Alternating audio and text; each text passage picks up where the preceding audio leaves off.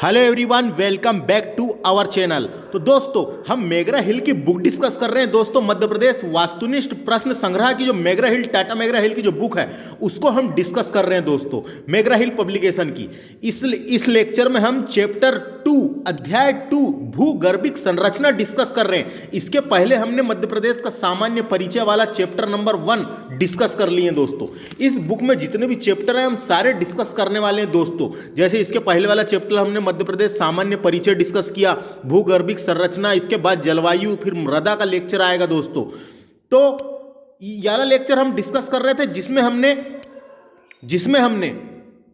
हमने दोस्तों 48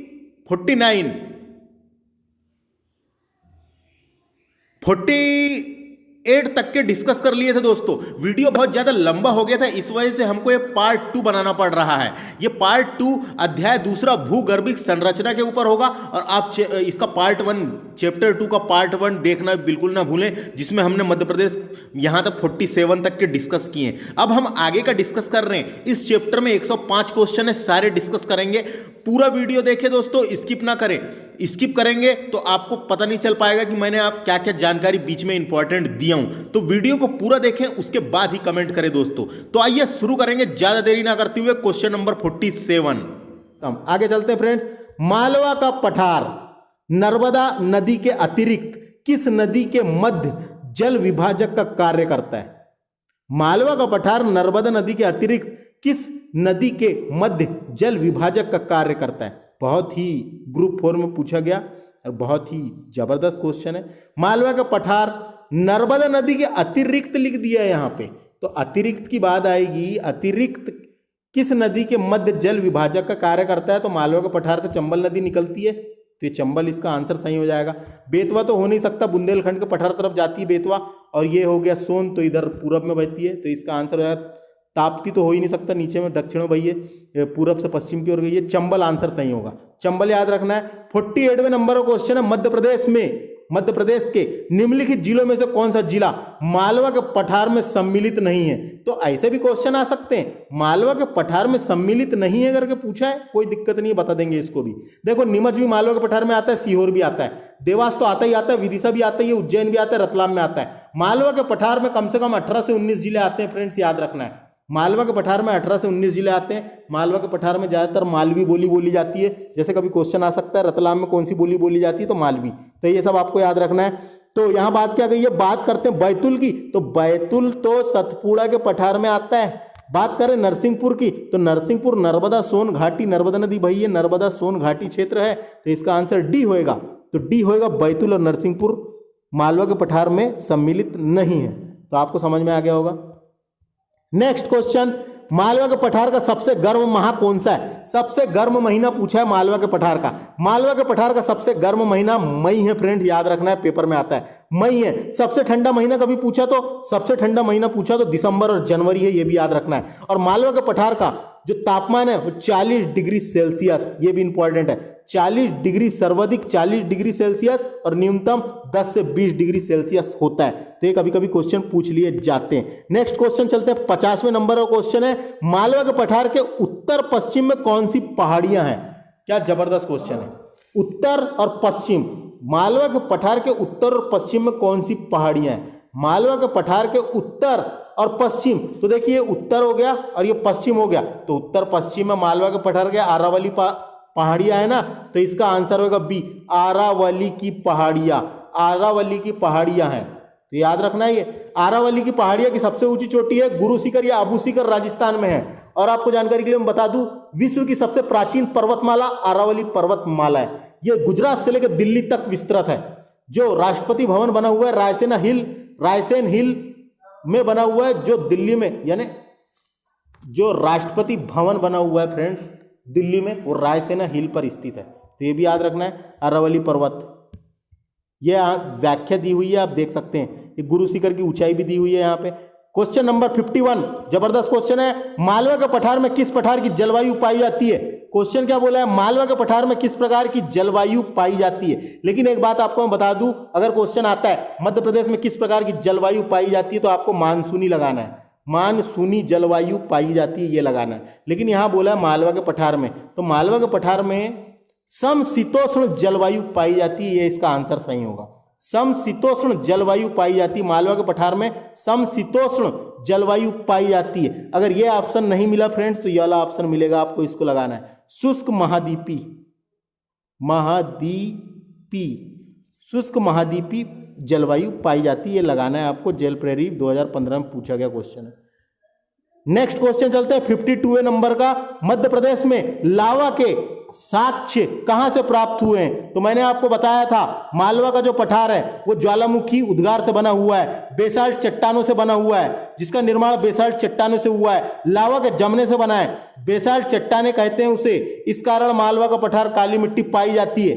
वो बताया ये मालवा का पठार भौतिक बनावट के अनुसार उत्तर की ओर विद्युत श्रृंखला, दक्षिण की ओर दक्कन लावा के पठार से विभाजित है, तो मालवा का पठार आएगा, लावा वाली बात है। लेकिन देखो ऑप्शन में यहाँ पे बघेलखंड लिखा हुआ है तो ये गलत छपा रहता है थोड़ा बहुत, उसको आपको ध्यान नहीं देना। मालवा का पठार फाहियान, फाहियान, फाहियान है, फाहियान, ये चीनी यात्री था फ्रेंड्स। फाहियान चीनी यात्री, घूमने फिरने का शौक था, भारत आया था ये।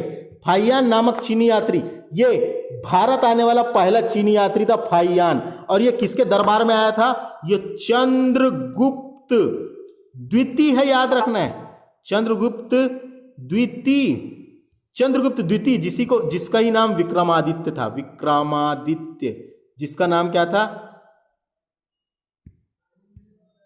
विक्रमादित्य था। तो याद रखना है, चंद्रगुप्त द्वितीय को ही विक्रमादित्य की उपाधि प्राप्त थी। उज्जैन का राजा था ये चंद्रगुप्त द्वितीय। तो फाहियान किसके दरबार में आया था? क्वेश्चन आ सकता है। चंद्रगुप्त द्वितीय विक्रमादित्य के दरबार में फाहियान नामक चीनी यात्री आया था। और ये चीनी यात्री जो था, ये भारत आने वाला पहला चीनी यात्री था फाहियान। व्याख्या दी हुई है, पढ़ लेते हैं। फाहियान ने मालवा का पठार की जलवायु को, मालवा के पठार की जलवायु को विश्व की सर्वश्रेष्ठ जलवायु कहा है। यह ग्रीष्म में ना तो अधिक गर्मी पड़ती है और ना ही ठंड में अधिक ठंडी पड़ती है। इसकी औसत वर्षा 75 से 125 सेंटीमीटर तक होती है। तापमान मालवा के पठार का 40 से लेकर 42 सेंटीमीटर तक होता है, सेल्सियस तक होता है। इस प्रकार की जलवायु साधारण सम है, सम है ना, इस प्रकार की जलवायु साधारण सम है। इसीलिए इसके पहले वाले क्वेश्चन में अपन ने क्या पढ़े थे? इसके पहले वाले पढ़े थे समशीतोष्ण जलवायु।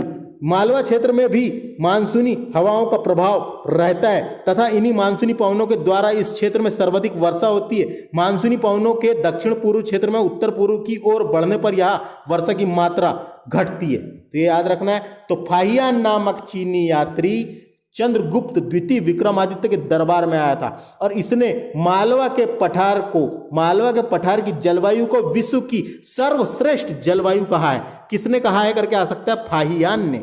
नेक्स्ट क्वेश्चन 54 नंबर का। किस चोटी पर स्थित वांचू पॉइंट चंबल नदी का उद्गम स्थल है? तो आपको जानकारी के लिए बता दूं, मालवा के पठार की सबसे ऊंची चोटी है सिगार की चोटी, लेकिन वांचू पॉइंट ये इंदौर में है। इंदौर में जो जाना पाव की पहाड़ी है, जाना पाव की पहाड़ी है, वहीं पे है वांचू पॉइंट इंदौर में। तो ये वांचू पॉइंट कहाँ है? इंदौर में, याद रखना है। और ये वांचू पॉइंट चंबल नदी का उद्गम स्थल है, वांचू पॉइंट से ही। तो क्वेश्चन क्या पूछा है? किस चोटी पर स्थित वांचू पॉइंट चंबल नदी का उद्गम स्थल है? तो जाना पाव की चोटी जो इंदौर में है, जाना पाव की पहाड़ी है, जाना पाव की चोटी, वहीं पे वांचू पॉइंट स्थित है, चंबल नदी का उद्गम स्थल। ये सिद्ध बाबा की चोटी है, ये बुंदेलखंड के पठार की सबसे ऊंची चोटी है। ये सिगार की चोटी जो है, ये मालवा के पठार की सबसे ऊंची चोटी है। आगे चलते हैं। नेक्स्ट क्वेश्चन 55 नंबर का। मध्य प्रदेश के उत्तर व उत्तर पूर्व में स्थित मध्य भारत के पठार की पूर्वी सीमा का निर्धारण किस भौतिक भूभाग द्वारा होता है? बहुत जबरदस्त क्वेश्चन है। उत्तर और उत्तर पूर्व में स्थित मध्य भारत के पूर्वी पठार, तो इसका आंसर सी होगा, बुंदेलखंड का पठार। बुंदेलखंड का पठार नाम से स्पष्ट हो रहा है। देखो, उत्तर और उत्तर पूर्वी, उत्तर बोला, ये उत्तर और उत्तर पूर्वी, तो यहाँ पे बुंदेलखंड का पठार है, इसका आंसर होगा बुंदेलखंड। आप देख सकते हैं मैप। दूसरा चलते हैं, शिशुपाल। शिशुपाल कौन था? ये महाभारत कालीन छेदी राज्य का स्वामी था। शिशुपाल महाभारत कालीन छेदी राज्य का स्वामी था। तो शिशुपाल की राजधानी चंदेरी बेतवा नदी के तट पर किस पठार में थी? किस पठार में है या किस पठार में थी, यह क्वेश्चन पूछा है। शिशुपाल की राजधानी चंदेरी बेतवा नदी के तट पर किस पठार पर है? तो आपको जानकारी के लिए बता दूं, चंदेरी आता है, चंदेरी साड़ियों के लिए प्रसिद्ध है, और चंदेरी आता है अशोकनगर में। और अशोकनगर जिला कहाँ आएगा? तो अशोकनगर जिला है बुंदेलखंड के पठार में। बुंदेलखंड के पठार में दतिया आता है, अशोकनगर आता है, छतरपुर, और टीकमगढ़, निवाड़ी, ये सब जिले आते हैं, तो आपको याद रखना है। तो देखो ये लिखा भी हुआ है, बुंदेलखंड के पठार के अंतर्गत अशोकनगर, चंदेरी, छतरपुर, टीकमगढ़, दतिया, शिवपुरी, ग्वालियर, भिंड। ग्वालियर भिंड मध्य भारत में आते हैं, लेकिन कुछ कुछ हिस्सा यहाँ भी आते हैं। तो इसका भौगोलिक क्षेत्रफल मध्य प्रदेश के क्षेत्रफल का इतना % है 5.4। ये पूरी चीज लिखी हुई है, आप देख सकते हैं यहां से, कोई दिक्कत नहीं है। व्याख्या भी पढ़ना है जो काम आएगी। आगे चलते हैं नेक्स्ट क्वेश्चन की बात कर लेते हैं। मध्य भारत के पठार को अन्य किस नाम से जाना जाता है? मैंने बताया था मध्य भारत के पठार को अन्य किस नाम से जाना जाता है, अगर क्वेश्चन आया तो कभी कभी यहाँ पे बुक के हिसाब से नहीं चलना है अपने को थोड़ा सा बुक में गलत छपा रहता है। देखो मध्य भारत के पठार को अन्य किस नाम से जाना जाता है, तो एक बात मैं बता दूं आपको जान के कि मध्य भारत का जो पठार है ऊपर में है, उसे चंबल का उपाद्र प्रदेश भी कहते हैं। चंबल का उपाद्र प्रदेश भी कहते हैं। और उसे ही मध्य भारत के पठार में सरसों की खेती बहुत होती है, जलोढ़ मिट्टी पाई जाती है, सरसों की खेती सर्वाधिक होती है, तो सरसों उत्पादन की हांडी कहते हैं। तो ये याद रखना है, इसका आंसर पहला और दूसरा सही होगा। ये थोड़ा सा बुक में गलत दे दिया है। पहला चंबल का उपाद्र प्रदेश ये सही है, और सरसों उत्पादन की हांडी कहते हैं मध्य भारत के पठार को। गेहूं की डालियां मालवा के पठारों को कहते हैं। काली मिट्टी पाई जाती, गेहूं की खेती होती है, इसलिए मालवा के पठार को गेहूं की डालियां कहते हैं। नेक्स्ट क्वेश्चन चलते हैं, 58वें नंबर का बेहतरीन क्वेश्चन है। मध्य प्रदेश में स्थित मालवा के पठार के पूर्व उत्तर में किस पठार का विस्तार पाया जाता है? अरे मालवा के पठार के पूर्व उत्तर में कौन सा है करके पूछा गया है। तो देखो मालवा का पठार एक बार आपको मैं क्लियर कर ही देता हूं यहाँ पे मैप के थ्रू। ये यहाँ पे मालवा का पठार है, ये मध्य भारत का पठार है, ये बुंदेलखंड का पठार है, ये बघेलखंड का पठार है, या रीवा पन्ना का पठार है, सतपुड़ा मैकाल श्रेणी है, या बीच से भैया नर्मदा सोन घाटी। तो क्या पूछा है क्वेश्चन? पूर्व और उत्तर में किस पठार? पूर्व उत्तर में किस पठार? तो मध्य भारत का पठार। तो इसमें भी क्वेश्चन थोड़ा सा गड़बड़ है। तो फ्रेंड्स आपको दिशा के हिसाब से याद रखना है। इसका आंसर बुक वाले ने मध्य भारत का पठार दिया है, तो मध्य भारत का पठार भी सही हो सकता है। लेकिन अगर बात करें अपन पूर्व उत्तर की, तो पूर्व उत्तर यहाँ पे आता है, तो यहाँ पे जो पठार है तो देखिए ये भी हो सकता है, बुंदेलखंड का भी पठार सही हो सकता है। क्या दिक्कत है उसमें? बुंदेलखंड भी पूर्व उत्तर में ही है। तो ये आप ऑप्शन के हिसाब से कई क्वेश्चन रहते हैं। अगला क्वेश्चन चलते हैं, मध्य प्रदेश के उत्तरी भाग में स्थित मध्य भारत के पठार की औसत ऊंचाई तक पूछ लिया है, पूछा नहीं है यानी क्वेश्चन है। औसत ऊंचाई कितनी है? तो सी 500 मीटर तक है। तो याद रखना 500 मीटर तक औसत ऊंचाई है मध्य भारत के पठार की। नेक्स्ट क्वेश्चन, मध्य प्रदेश में मध्य भारत के पठार के अंतर्गत संपूर्ण राज्य के कुल क्षेत्रफल का कितना प्रतिशत है? कितना प्रतिशत है बोला है मध्य भारत का पठार। बहुत ही जबरदस्त क्वेश्चन है। आपको सब पता होना कि मध्य भारत का पठार कितना प्रतिशत है, और जितने भी पठार है वो कितना प्रतिशत है, तो ये सब पता होना फ्रेंड। तो एक बार मैं जानकारी के लिए बता दूं आपको, मध्य प्रदेश का सबसे बड़ा पठार है मालवा का पठार, जो 28% है। इसके बाद दूसरे नंबर का जो पठार आएगा वो अपन आगे देखेंगे। अभी यहाँ बात करते हैं मध्य भारत का पठार जो बोला है कितने % है, तो 10.7% है। मध्य भारत का पठार 10.7% है, याद रखना है। और आगे बढ़ते हैं, नेक्स्ट फैक्ट चलते हैं। नेक्स्ट क्वेश्चन 61वें नंबर का, मध्य प्रदेश में मध्य भारत के पठारों की नदियां आमतौर पर किस दिशा में बहती है? तो सब उत्तर की ओर बहती है, सब उत्तर की ओर बहती है, उत्तर या उत्तर पश्चिम की ओर बहती है, उत्तर या उत्तर पश्चिम की ओर बहती है, पूर्व पश्चिम। देखो उत्तर की ओर बहती है या उत्तर पश्चिम की ओर बहती है, और कहाँ जाके मिलती है? यमुना में मिल जाती है ना। तो ये याद रखना है। मध्य भारत के पठार का पूछा है, उत्तर पश्चिम ऑप्शन के हिसाब से रहता है कई क्वेश्चन, उत्तर पश्चिम दे दिया है, तो ये आंसर सही होगा सी। नेक्स्ट क्वेश्चन चलते हैं, मध्य प्रदेश में मध्य भारत पठार के अंतर्गत किस स्थित चंबल घाटी गहरी कितनी है? क्या क्वेश्चन है? मध्य प्रदेश में मध्य भारत पठार के अंतर्गत स्थित चंबल घाटी की गहराई कितनी है? जबरदस्त क्वेश्चन है। चंबल घाटी की गहराई तक पूछी जा सकती है। चंबल घाटी की गहराई 300 मीटर है। चंबल घाटी की गहराई 300 मीटर है। लेकिन आपको बता दूं कई जगह चंबल घाटी की गहराई 15 मीटर से 30 मीटर, कई जगह 30 से 50 मीटर तक है। आप गूगल करोगे तो 50 मीटर मिलेगी, है ना। तो यहाँ पे लेकिन 300 मीटर दिया है, तो ऐसे क्वेश्चन बन सकते हैं। मध्य प्रदेश में मध्य भारत के अंतर्गत स्थित चंबल घाटी की गहराई 300 मीटर है। चंबल घाटी एक नातिलंब घाटी स्ट्राइक वैली है। ये क्वेश्चन आ सकता है फ्रेंड, याद रखना है। चंबल घाटी किसका उदाहरण है? तो स्ट्राइक वैली का उदाहरण है। और एक आपको बता दूं मैं जानकारी के लिए, चंबल नदी जो है रेवेनीस यानी रेवेनी से बहती है। कभी क्वेश्चन पूछ जा सकता है कहाँ से बहती है, किस प्रकार से बहती है, यानी बहती है तो कौन सी घाटी से बहती है, तो रेवेनी। खड़ भूमि कहते हैं इसको हिंदी में, खड़ भूमि से बहती है, याद रखना है। तो चंबल नदी खड़ भूमि से बहती है, उसे इंग्लिश में रिवेनी कहते हैं। तो ऐसे क्वेश्चन भी आ सकते हैं कभी।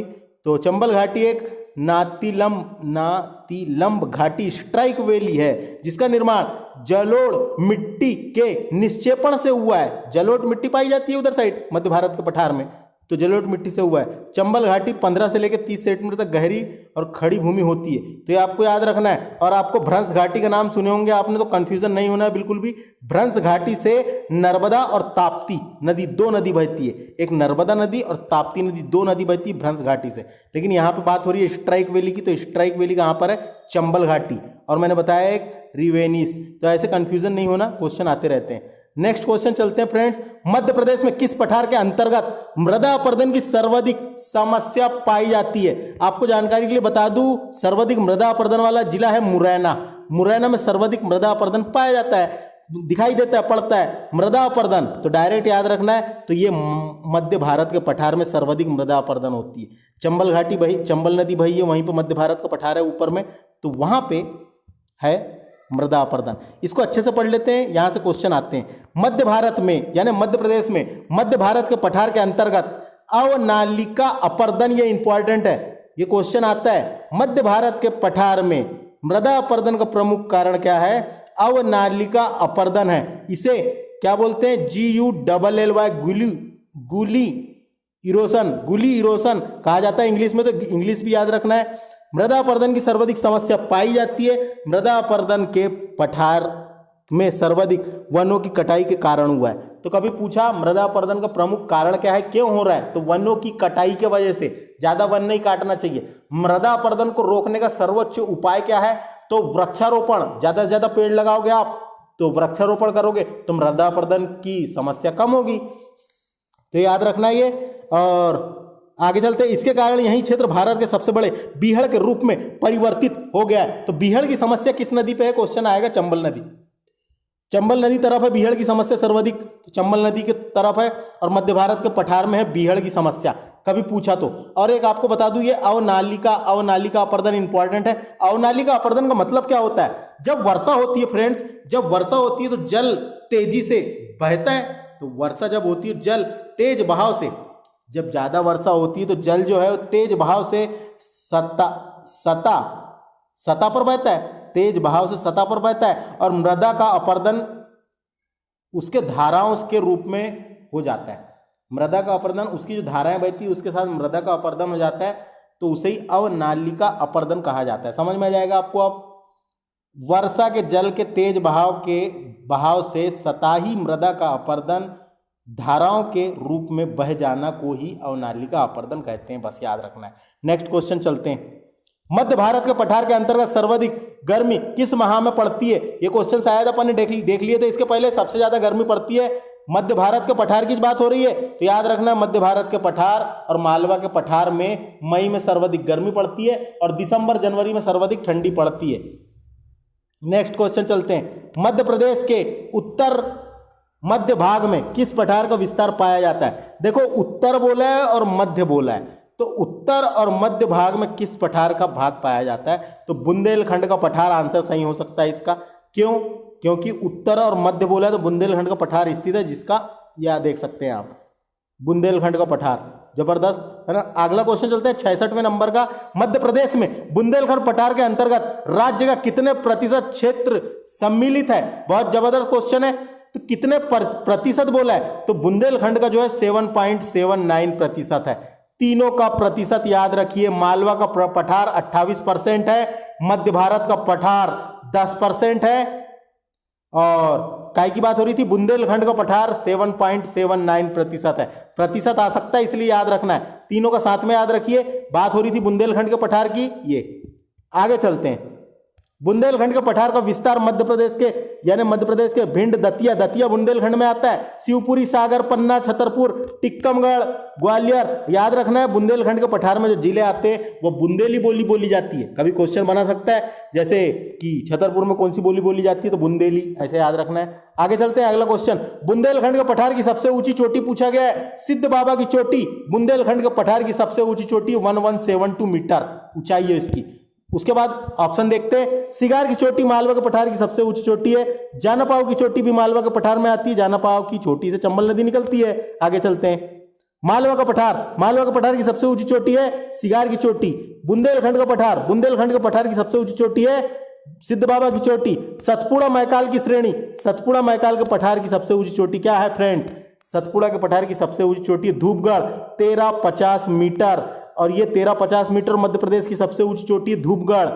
विंध्याचल पर्वत की बात कर लेते हैं, विंध्याचल पर्वत श्रृंखला की सबसे ऊंची चोटी गुडविल, गुडविल, इसे ही सद्भावना की चोटी भी कहा जाता है, ये दमोह में है, याद रखना है, सद्भावना की चोटी भी कहा जाता है। ये देखिए ये इसका आंसर लिखा हुआ है, ये तीनों आंसर लिखा हुआ है, मीटर भी लिखा हुआ है, आप देख सकते हैं। आगे चलते हैं, बहुत सारे क्वेश्चन है।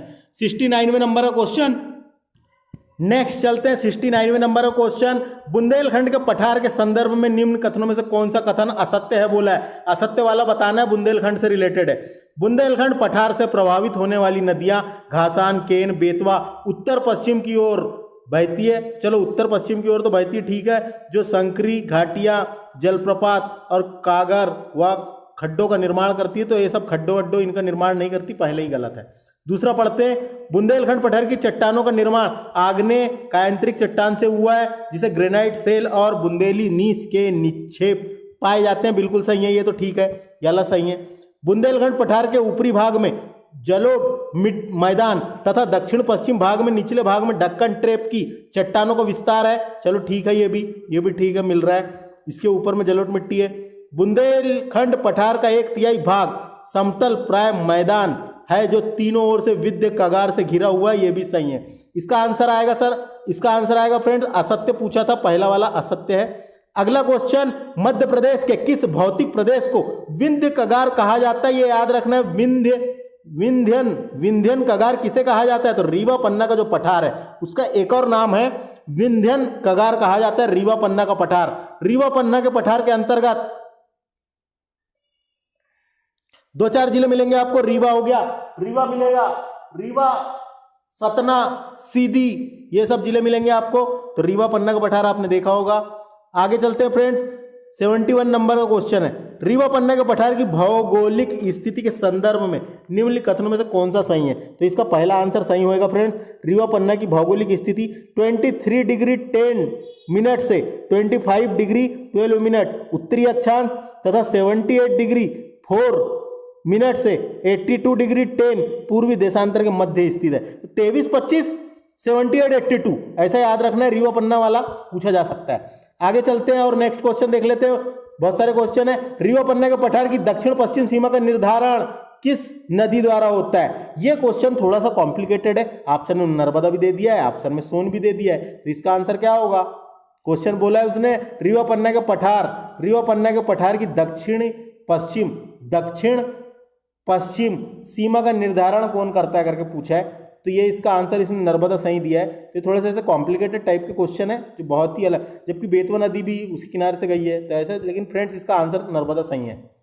आगे चलते हैं, मध्य प्रदेश के किस पठार के अंतर्गत जाबेरा का गुंबद स्थित है। बहुत जबरदस्त गुंबद है फ्रेंड्स ये, जबेरा का गुंबद क्वेश्चन पूछ लिया है, जबेरा का गुंबद किस पठार में स्थित है।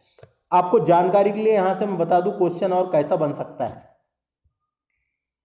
जबेरा का गुंबद पूछ सकता है, जबेरा का गुंबद किसका उदाहरण है, यानी कहां पर है, किस पठार पर है पूछा है अभी, तो याद रखना है कगार भूमि, ये क्वेश्चन आया है, कगार भूमि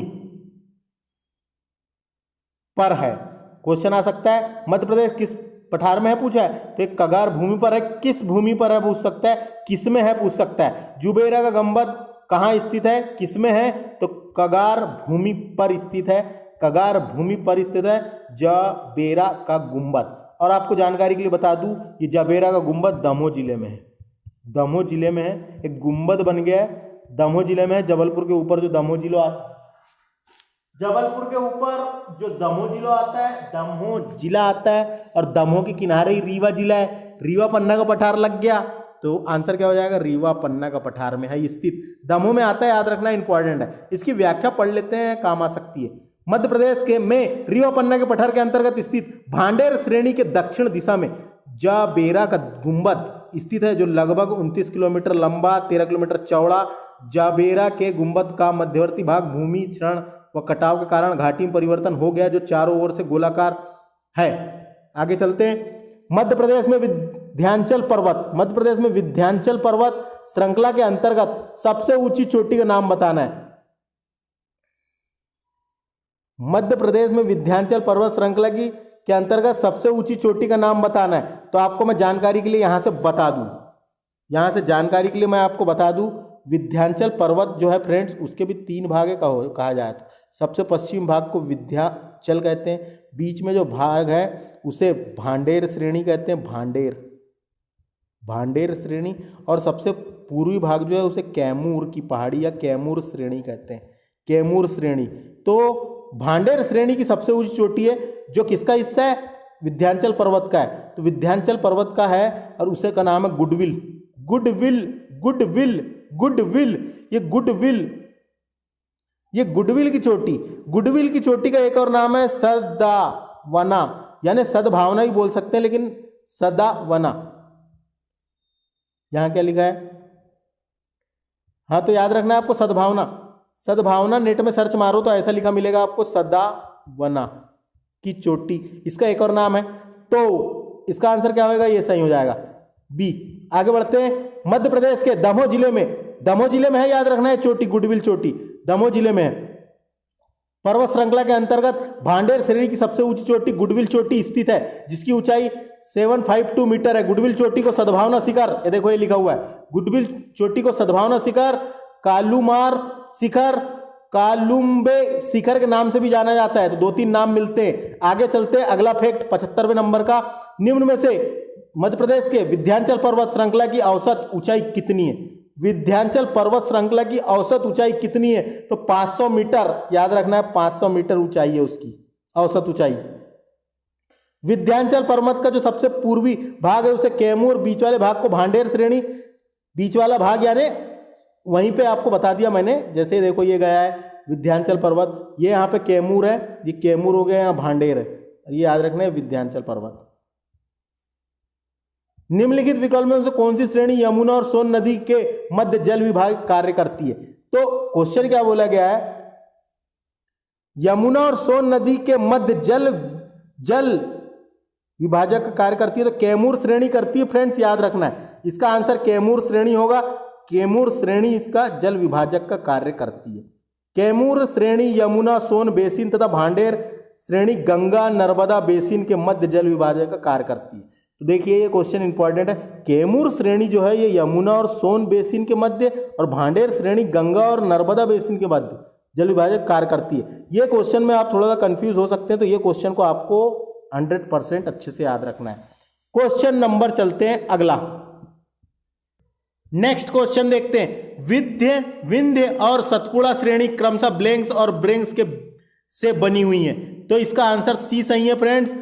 क्रमशः क्वार्ट्ज, रेत और ग्रेनाइट और बेसाल्ट से बनी हुई है विंध्य और सतपुड़ा श्रेणी, याद रखना है। तो इसका आंसर सी सही हो जाएगा, आप इसकी व्याख्या पढ़ सकते हैं। नेक्स्ट क्वेश्चन देखते हैं। मध्य प्रदेश के किस पठार के अंतर्गत राज्य का सबसे ऊंचा चचई जलप्रपात स्थित है। चचई जलप्रपात मध्य प्रदेश का सबसे ऊंचा जलप्रपात है, ये रीवा जिले में पड़ता है और बीहड़ नदी पर है, बीहड़ नदी पर है, जिसकी ऊंचाई 130 मीटर है।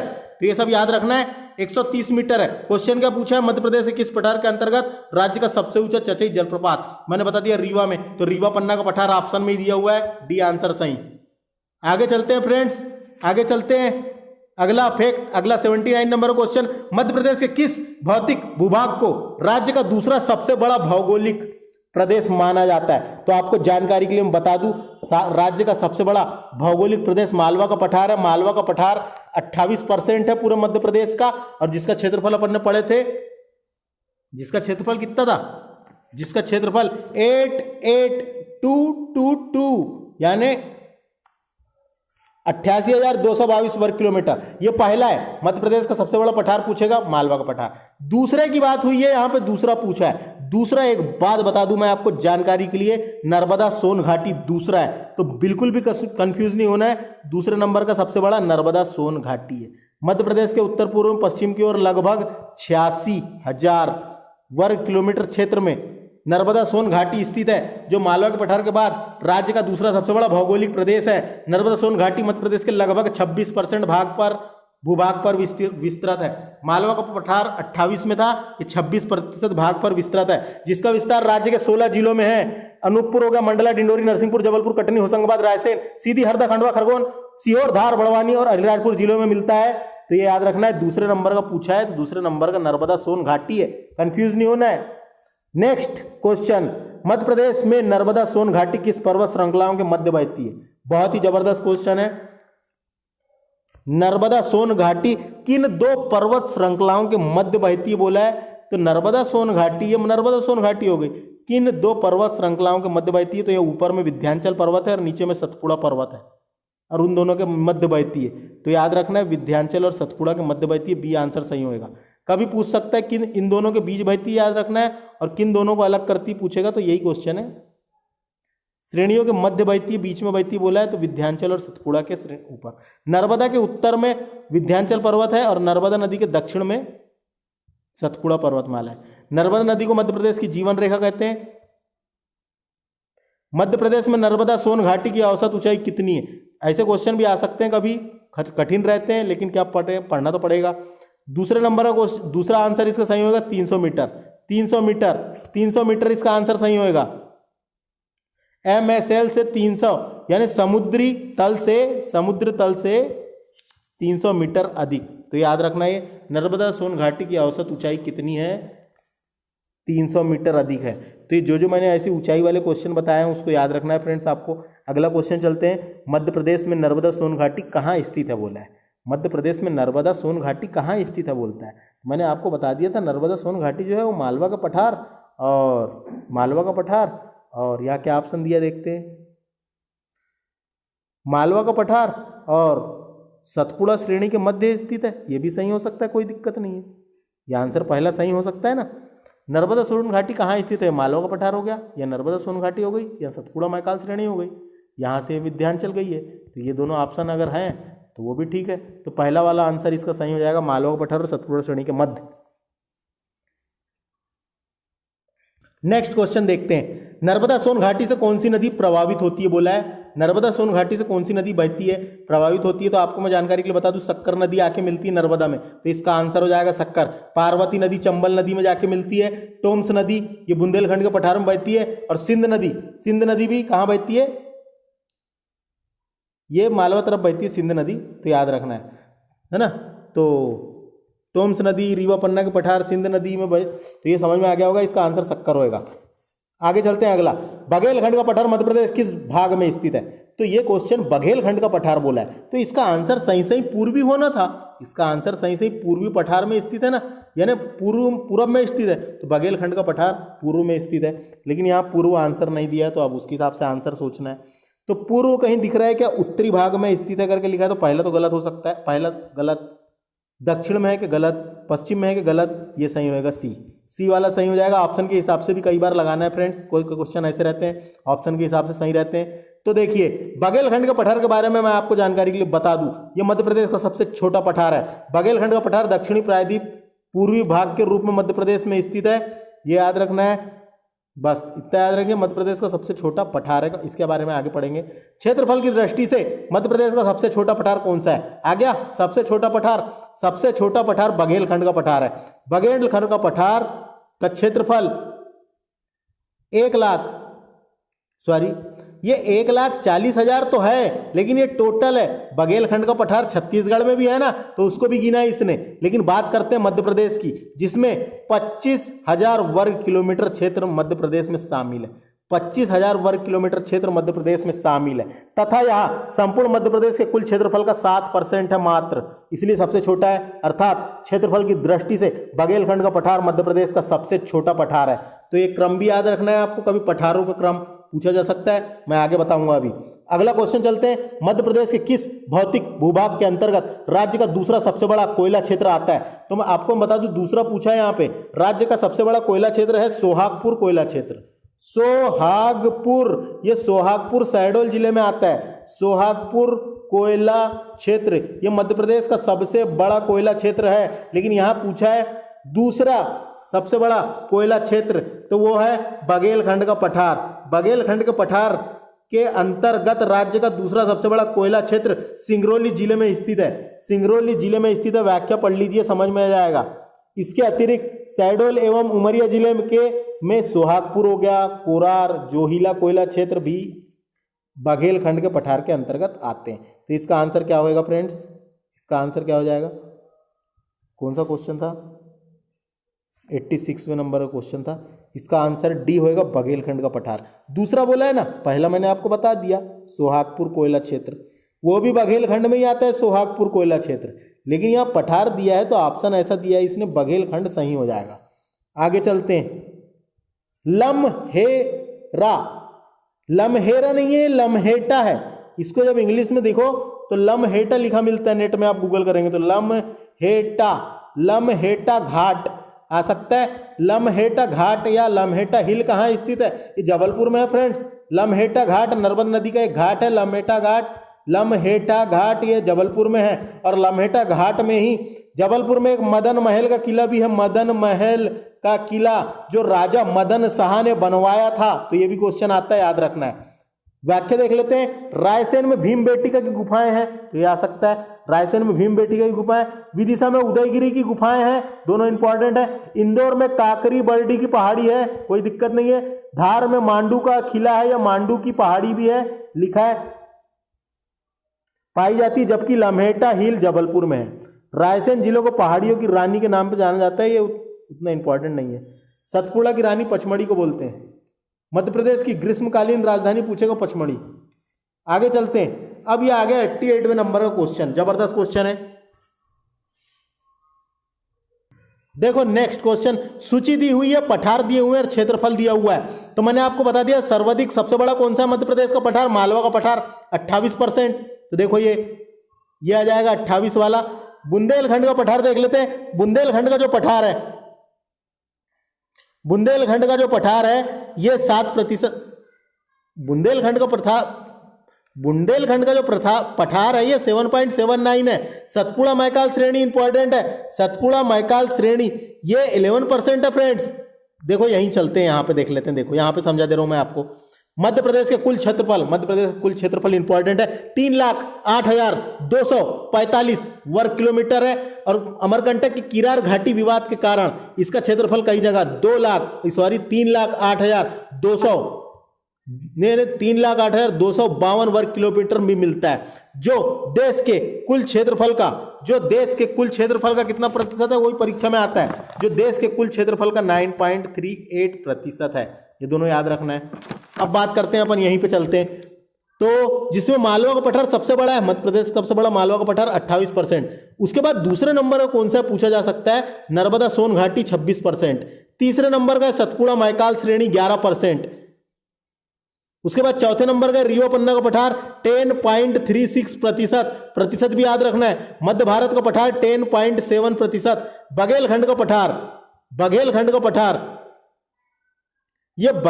पठार ये बुंदेलखंड है फ्रेंड्स, बघेलखंड नहीं है, बुंदेलखंड का पठार 7.79%। और आपको जानकारी के लिए बता दूं, बघेलखंड का पठार है 7%। याद रखना है। मध्य प्रदेश सबसे बड़ा पठार पूछा जाएगा तो मालवा का पठार, सबसे छोटा पूछा गया 7% वाला बघेलखंड है, बुंदेल नहीं है, बघेल है, ये याद रखना है। आगे चलते हैं, निम्नलिखित विकल्पों में से मध्य प्रदेश को अवस्थित सतपुड़ा मैकाल श्रेणी में भौगोलिक स्थिति का विस्तार बताइए बोला है। सतपुड़ा मैकाल श्रेणी का अक्षांश और देशांतर विस्तार बताना है, बहुत ही अच्छा क्वेश्चन है। तो मध्य प्रदेश का तो आपको डेली याद ही रहता है, और मध्य प्रदेश का तो याद ही रखना है, क्योंकि मध्य प्रदेश का तो पेपर में आएगा ही आएगा। अब बात आती है यहाँ पे कि कभी कभी ये पूछ लेता है कि इसका बताओ उसका बताओ, तो अब किस किस का बताओ, तो इसलिए सब आपको याद रखना है फ्रेंड्स। जो भी पूछा जाता है आपको याद रखना है ना। तो जो भी पूछा जाएगा वो सब याद रखना है। लेकिन आपको मध्य प्रदेश का याद रखना ही रखना है। मध्य प्रदेश का अगर याद है तो ये आप सही कर लोगे, काहे कि इनके अंतर्गत ही आएंगे। देखिए 21 डिग्री 6 मिनट, ये मध्य प्रदेश का बता रहा हूं मैं आपको, 21 डिग्री 6 मिनट से 26 डिग्री 30 मिनट उत्तरी अक्षांश में स्थित है, उत्तरी अक्षांश, और 74 डिग्री 9 मिनट से 82 डिग्री 48 मिनट पूर्वी देशांतर के मध्य स्थित है हमारा मध्य प्रदेश, ये याद रखना है। लेकिन यहां पे क्या बोला है इसने, सतपुड़ा मैकाल श्रेणी का बताना है। तो सतपुड़ा मैकाल श्रेणी का होगा 21 डिग्री 23 मिनट उत्तरी अक्षांश से 74 डिग्री 30 मिनट से 81 डिग्री पूर्वी देशांतर के मध्य स्थित है। तो ये है फ्रेंड्स, ऐसा पर्सनली किसी का नहीं पूछा जाता, लेकिन अब ये क्वेश्चन बन गया तो आप देख सकते हैं। तो याद रखना है, इसको पॉज करके पढ़ लेना, 11% है। 90 नंबर का क्वेश्चन, मध्य प्रदेश में निम्नलिखित पर्वत श्रेणियों में कौन सी श्रेणी दो बड़ी नदियों के बीच स्थित है? कौन सी श्रेणी दो बड़ी नदियों के बीच स्थित है, ऐसा क्वेश्चन है। तो आपको हम बता दूं, दो बड़ी नदी, एक नर्मदा नदी हो गई बड़ी नदी, और एक ताप्ती नदी हो गई, इन दोनों के बीच में है सतपुड़ा पर्वतमाला। तो ये आ जाएगा इसका आंसर सी, सतपुड़ा। यहां पे आप इसकी व्याख्या पढ़ सकते हैं। 91 नंबर का क्वेश्चन है, मध्य प्रदेश में मैकाल श्रेणी विभिन्न नदियों का स्रोत है। मैकाल श्रेणी विभिन्न नदियों का स्रोत है, इसलिए उसे किस नाम से जाना जाता है? मैकाल श्रेणी को और किस नाम से जाना जाता है?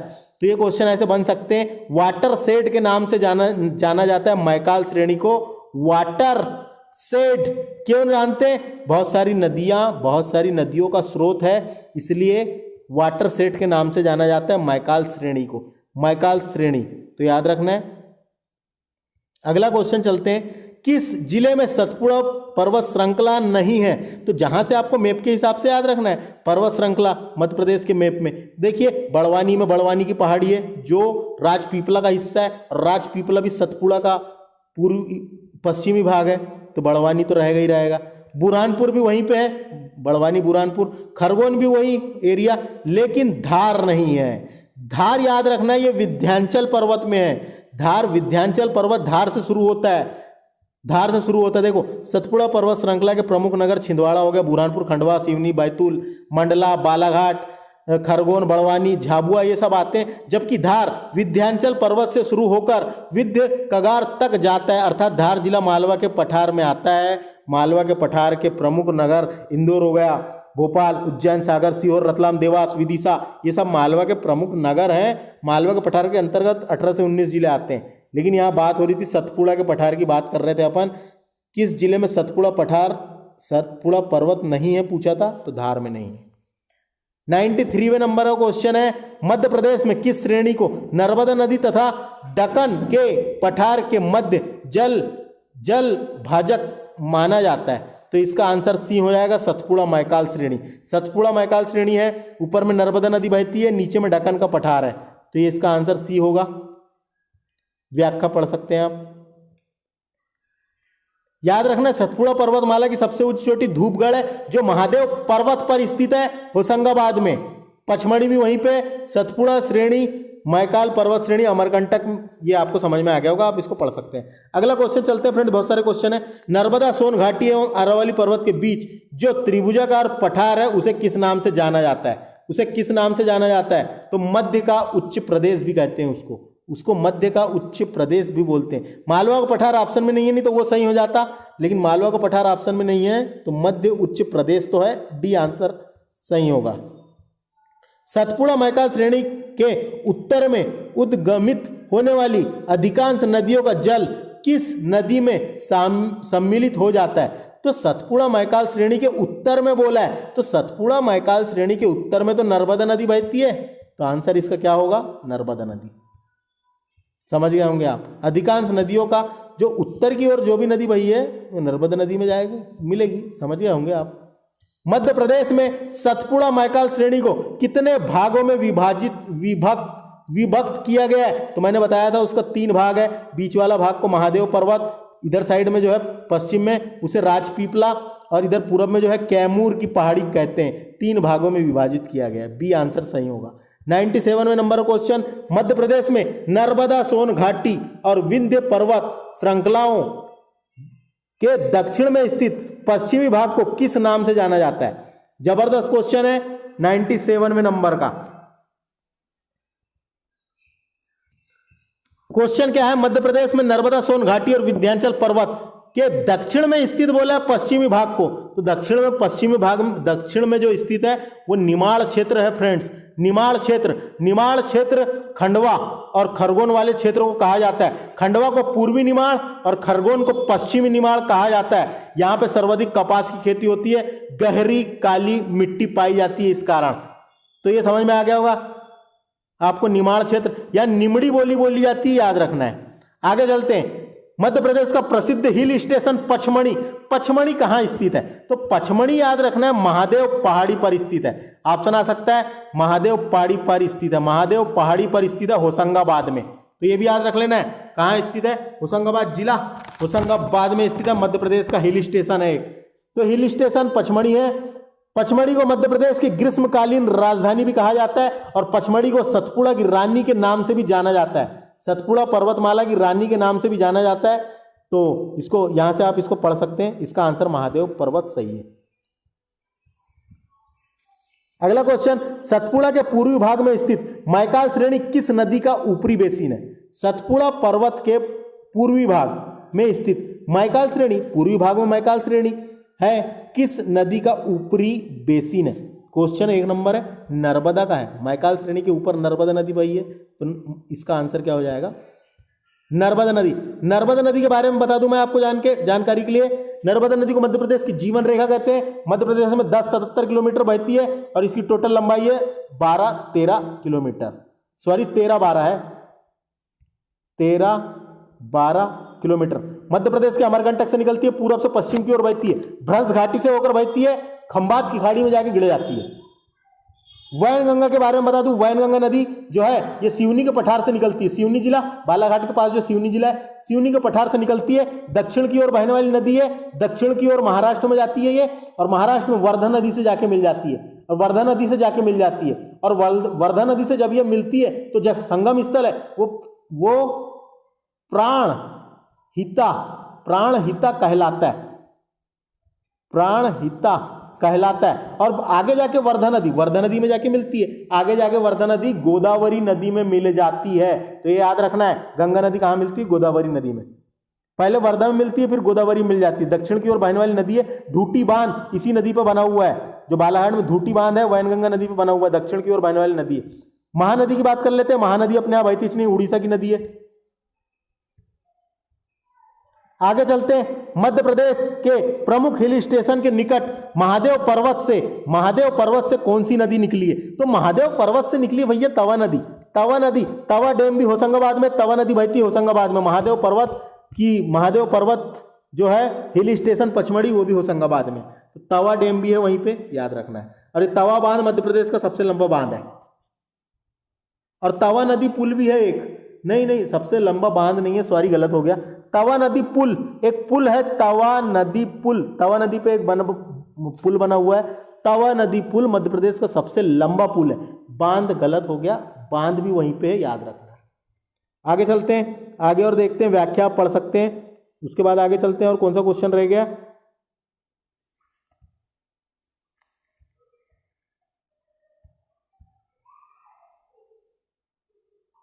उसके बाद आगे चलते हैं फ्रेंड्स, 101वें नंबर का क्वेश्चन है ये, 101वें नंबर का क्वेश्चन है।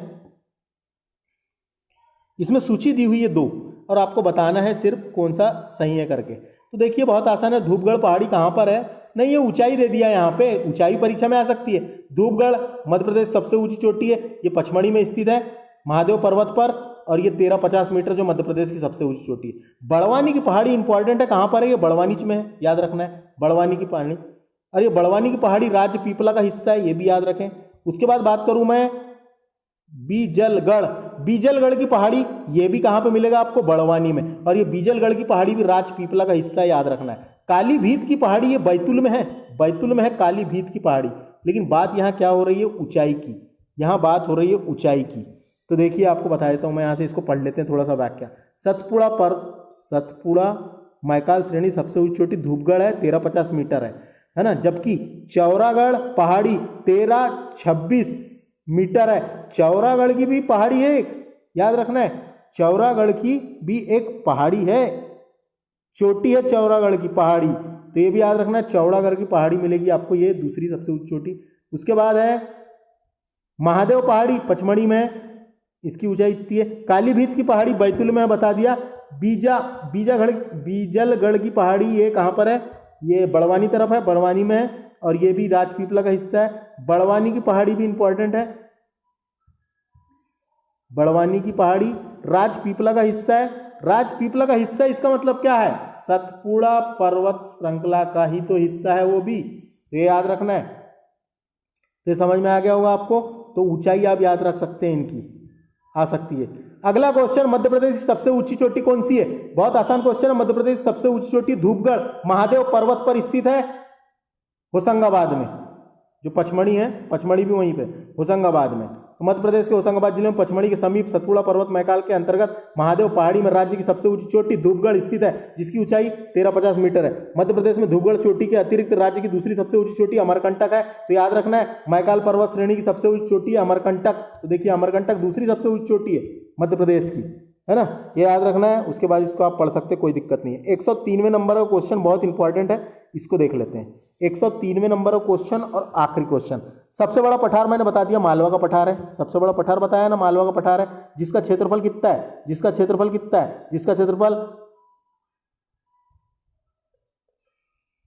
88,222 वर्ग किलोमीटर है, तो सबसे बड़ा है।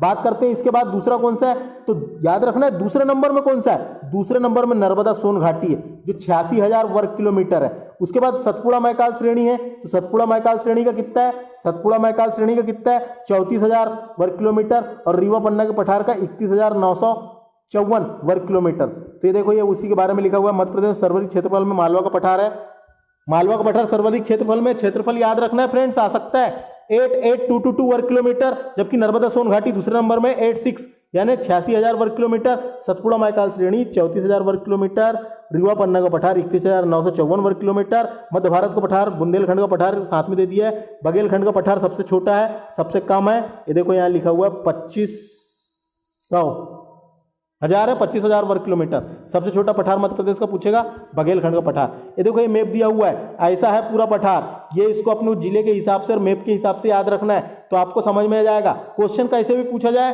कहीं से भी पूछा जाए, सब बनेगा। ये है फ्रेंड्स मालवा का पठार। मालवा का पठार 28% भाग पे है, देखो ये लिखा हुआ है 28% मालवा का पठार।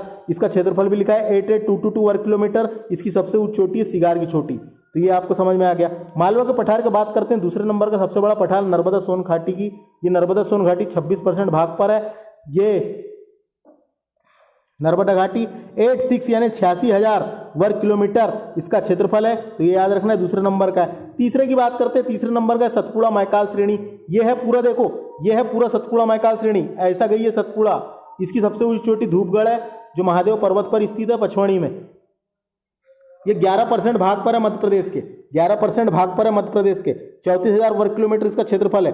अब बात करते हैं 3 हो गए, 3 के बाद चौथे नंबर का रीवा पन्ना का पठार है, 10.37% है, 31,954 वर्ग किलोमीटर है। यहाँ पर है रीवा पन्ना का पठार, तो दिशा के हिसाब से भी याद रखना है, ये पूरा पश्चिम उत्तर दक्षिण, पूरा पश्चिम उत्तर दक्षिण, पूर्व उत्तर, ऐसे सब क्वेश्चन आते हैं, तो ये आपको दिशा के हिसाब से याद रख लेना है। तीसरे नंबर का हो गया रीवा पन्ना, तीसरा हो गया, चौथा हो गया रीवा पन्ना। पांचवा चलते हैं, पांचवा मध्य भारत का पठार, देखो यहाँ पर है मध्य भारत का पठार, यहाँ पर है मध्य भारत का पठार, जो 10.68% है।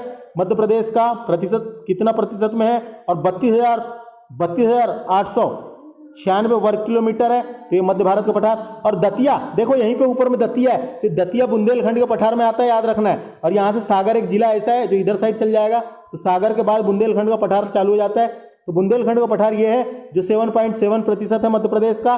23,733 वर्ग किलोमीटर है बुंदेलखंड का पठार, तो बुंदेलखंड का पठार भी हो गया इधर से। अब बात करते हैं 7वें नंबर का पठार और आखिरी पठार, बघेलखंड का पठार, जिसे पूर्वी पठार के नाम से जाना जाता है। 25,000 वर्ग किलोमीटर मध्य प्रदेश का सबसे छोटा पठार है, मात्र 7% है। तो ये इतने तरीके से बांटा गया है, दिशा के हिसाब से याद रख लो आप, कोई दिक्कत नहीं है, कैसा भी क्वेश्चन बनेगा। जैसे कभी पूछ सकता है इनमें से कौन सा जिला मालवा के पठार में नहीं आता, तो इधर का ऑप्शन देगा, इस टाइप का। तो ये था हमारा लेक्चर फ्रेंड्स, जिसमें हमने जिसमें हमने मेगरा हिल की जो बुक है उसका चैप्टर नंबर 2 जिसका नाम क्या है, मध्य प्रदेश की भूगर्भिक संरचना डिस्कस किए। वीडियो कैसा लगा कमेंट करके बता सकते हैं, और आगे और आप हम कमेंट करें, जिससे आने वाले समय में हमारे इस चैनल को सब्सक्राइब कर लें, जिससे आने वाले समय में और भी बेहतरीन वीडियो आपको मिल सके। तो मिलते हैं फ्रेंड्स अगले लेक्चर में। पहला चैप्टर हो चुका है, दूसरा चैप्टर हो चुका है, ऐसे ही एक चैप्टर पूरा कंप्लीट कराया जाएगा एक वीडियो में। धन्यवाद।